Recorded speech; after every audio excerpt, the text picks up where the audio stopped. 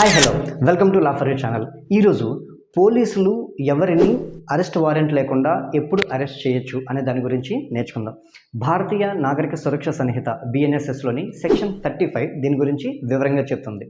అందులో మొదటిది ఏంటంటే, ఎవరైనా సరే పోలీసు సమక్షంలో ఒక కాగ్నిజబుల్ అఫెన్స్ కమిట్ చేస్తే, కాగ్నిజబుల్ అఫెన్స్ అంటే హత్య, అత్యాచారం, దొంగతనం లేదంటే కిడ్నాప్, ఇవన్నీ కూడా కాగ్నిజబుల్ అఫెన్స్లు వస్తాయి. ఇటువంటి అఫెన్సెస్ కనుక పోలీసుల సమక్షంలో చేస్తే అటువంటి వ్యక్తిని అరెస్ట్ చేయడానికి పోలీసులకి వారెంట్ అవసరం లేదు. సో అతన్ని అరెస్ట్ చేయొచ్చు అనమాట. ఇక రెండవది, ఒక వ్యక్తి కాగ్నిజబుల్ అఫెన్స్ చేశాడని కనుక పోలీసు నమ్మితే ఆ కాగ్నిజబుల్ అఫెన్స్ 7 సంవత్సరాలు లేదా అంతకంటే తక్కువ వ్యవధి శిక్ష పడుతుంది అని పోలీసులు నమ్మినప్పుడు వారికి కొన్ని సందేహం కనుక వస్తే, ఆ సందేహాలు వచ్చినప్పుడు మాత్రం వీళ్ళని వారెంట్ లేకుండానే అరెస్ట్ చేయొచ్చు.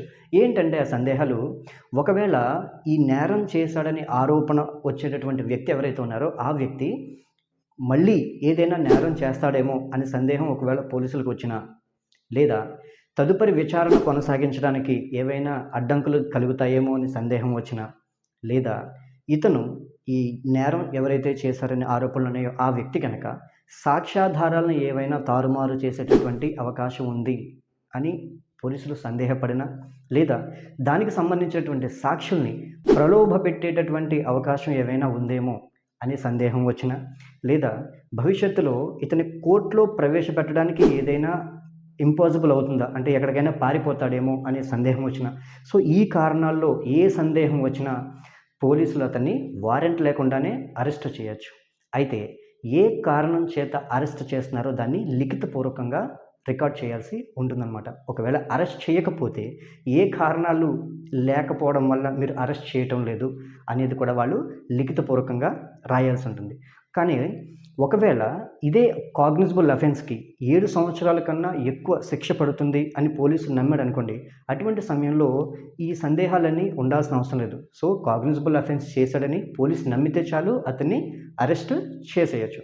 సో ఇంకా మూడవది ఏంటంటే, ఒకవేళ ఇప్పుడు చెప్పుకున్నటువంటి ఈ భారతీయ నాగరిక సురక్ష సంహిత కానీ, లేదంటే ఆ స్టేట్ గవర్నమెంట్ అంటే ప్రభుత్వం కానీ ఒక వ్యక్తిని నేరస్తుడిగా పరిగణించిందనుకోండి, అటువంటి వ్యక్తిని కూడా పోలీసులు అరెస్ట్ వారెంట్ లేకుండానే అరెస్ట్ చేయొచ్చు.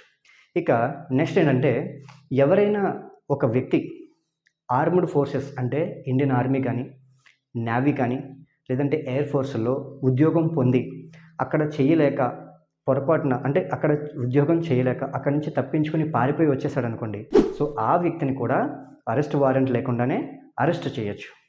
సో ఇంకా నెక్స్ట్ ఏంటంటే, ఒకవేళ ఒక పబ్లిక్ సర్వెంట్ అంటే ఒక పబ్లిక్ ఆఫీసర్ తన యొక్క డ్యూటీకి ఎవరైనా అడ్డంకి వచ్చినా, అంటే తన డ్యూటీ నిర్వర్తించకుండా ఎవరు అడ్డుకున్నా అతన్ని కూడా అరెస్ట్ వారెంట్ లేకుండానే అరెస్ట్ చేయొచ్చు. అలాగే పోలీస్ కస్టడీ నుంచి తప్పించుకున్నటువంటి వ్యక్తి కూడా అరెస్ట్ వారెంట్ లేకుండానే అరెస్ట్ చేయొచ్చు.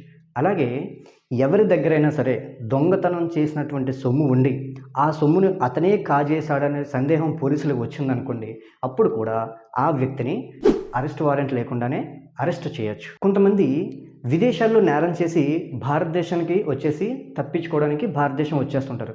అటువంటి వ్యక్తిని కూడా భారతదేశంలో ఉన్నటువంటి పోలీసులు వారెంట్ లేకుండానే అరెస్ట్ చేయొచ్చు. అయితే ఎప్పుడు అంటే కనుక ఆ దేశంలోనూ మన దేశంలో కూడా అతను చేసినటువంటి నేరమయ్యే ఉండాలి. అంటే అతను ఆ దేశంలో ఏదైతే నేరం చేశాడో అదే నేరం మన భారతదేశ చట్టాల ప్రకారం కూడా అది నేరమై ఉండాలి.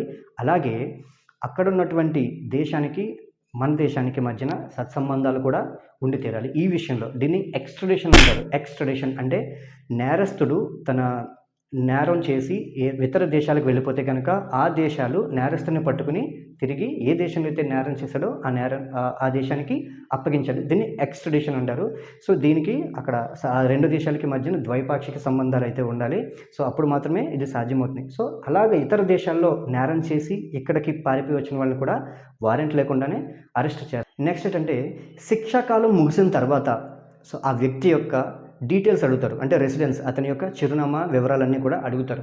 అటువంటి వివరాలు ఇవ్వకపోయినా, లేదంటే ఇచ్చిన వివరాలు తప్పైనా, సో అటువంటి వ్యక్తిని కూడా వారెంట్ లేకుండానే అరెస్ట్ చేసేస్తారు. నెక్స్ట్ ఏంటంటే ఒక వ్యక్తిని అరెస్ట్ చేయమని ఒక పోలీస్ స్టేషన్ మరొక పోలీస్ స్టేషన్ని లిఖితపూర్వకంగా కానీ లేదంటే మౌఖికంగా అంటే వారల్గా కానీ విజ్ఞాపన చేశారనుకోండి. సో ఆ పోలీస్ స్టేషన్ వారు కూడా ఆ వ్యక్తిని ఎటువంటి వారెంట్ లేకుండానే అరెస్ట్ చేయొచ్చు అనమాట. సో ఈ అన్ని విషయాల్లోనూ కూడా పోలీసులకి ఆ వ్యక్తిని అరెస్ట్ చేయడానికి ఎటువంటి వారెంట్ అవసరం లేదు. ఇవి కాకుండా మిగతా విషయాలు ఏవైతే నాన్ కాగ్నిజబుల్ అఫెన్సెస్ అంటే కాగ్నిజబుల్ అఫెన్సెస్ కాని వాటికి మాత్రం ఖచ్చితంగా పోలీసులకి వారెంట్ అనేది తప్పనిసరి. ఒకవేళ అది నాన్ కాగ్నిజబుల్ అఫెన్స్ అయితే కనుక ఎవరి మీదైతే ఆ ఆరోపణలు వచ్చాయో ఆ వ్యక్తికి పోలీసులు నోటీస్ పంపిస్తారు. సో ఆ నోటీస్ ప్రకారం వారు పోలీస్ స్టేషన్కి వచ్చి పోలీసుల్ని కలవాల్సి ఉంటుంది, మర్యాదపూర్వకంగా రావాలి. సో పోలీసుల మీద ఉన్నటువంటి గౌరవంతో, చట్టం మీద ఉన్న గౌరవంతో వాళ్ళు ఖచ్చితంగా పోలీస్ స్టేషన్కి వచ్చి వారికి కావాల్సినటువంటి సమాచారాన్ని అయితే ఇచ్చి తీరాలి. సో ఈ సమాచారం ఇచ్చే సమయంలో కనుక వారు ఎటువంటి నేరం చేయలేదు అని పోలీసులు నమ్మితే కనుక వారిని ఎటువంటి అరెస్ట్ చేయరు, వాళ్ళని పంపించేస్తారు. లేదు వాళ్ళు ఖచ్చితంగా ఈ నేరం చేశారు అని కనుక పోలీసులు నమ్మితే అప్పుడు అరెస్ట్ చేస్తారు. ఒకవేళ ఆ ఆరోపణలు ఎదుర్కొంటున్న వ్యక్తి పోలీసుల నోటీసులకి స్పందించకపోయినా, సో నోటీస్ ప్రకారం వాళ్ళు వచ్చి పోలీసుల్ని కలవకపోయినా వారిని కోర్టు ఆర్డర్స్ ద్వారా వారిని అరెస్ట్ చేసేటువంటి అధికారం పోలీసులకు ఉంటుంది. ఇంకోటి ఏంటంటే ఒక వ్యక్తి మీద ఫిర్యాదు వచ్చింది అనుకోండి. సో ఆ ఫిర్యాదు ఎవరి మీద అయితే వచ్చిందో ఆ వ్యక్తి కనుక అనారోగ్యంగా ఉండి కదలలేని పరిస్థితుల్లో ఉన్నా లేదా 60 సంవత్సరాలు దాటి ఉన్నా సో అటువంటి వ్యక్తిని అరెస్ట్ చేయడానికి ఖచ్చితంగా డిఎస్పీ గారి నుంచి పర్మిషన్ అయితే తీసుకోవాల్సి ఉంటుంది. సో ఆయన పర్మిషన్ లేకుండా వారిని అరెస్ట్ చేయడానికి వీల్లేదు. సో మరిన్ని లీగల్ అప్డేట్స్ మళ్ళీ మీ ముందుకు వస్తాను. అప్పటి వరకు సబ్స్క్రైబ్ చేసుకోండి, షేర్ చేయండి. Thank you so much.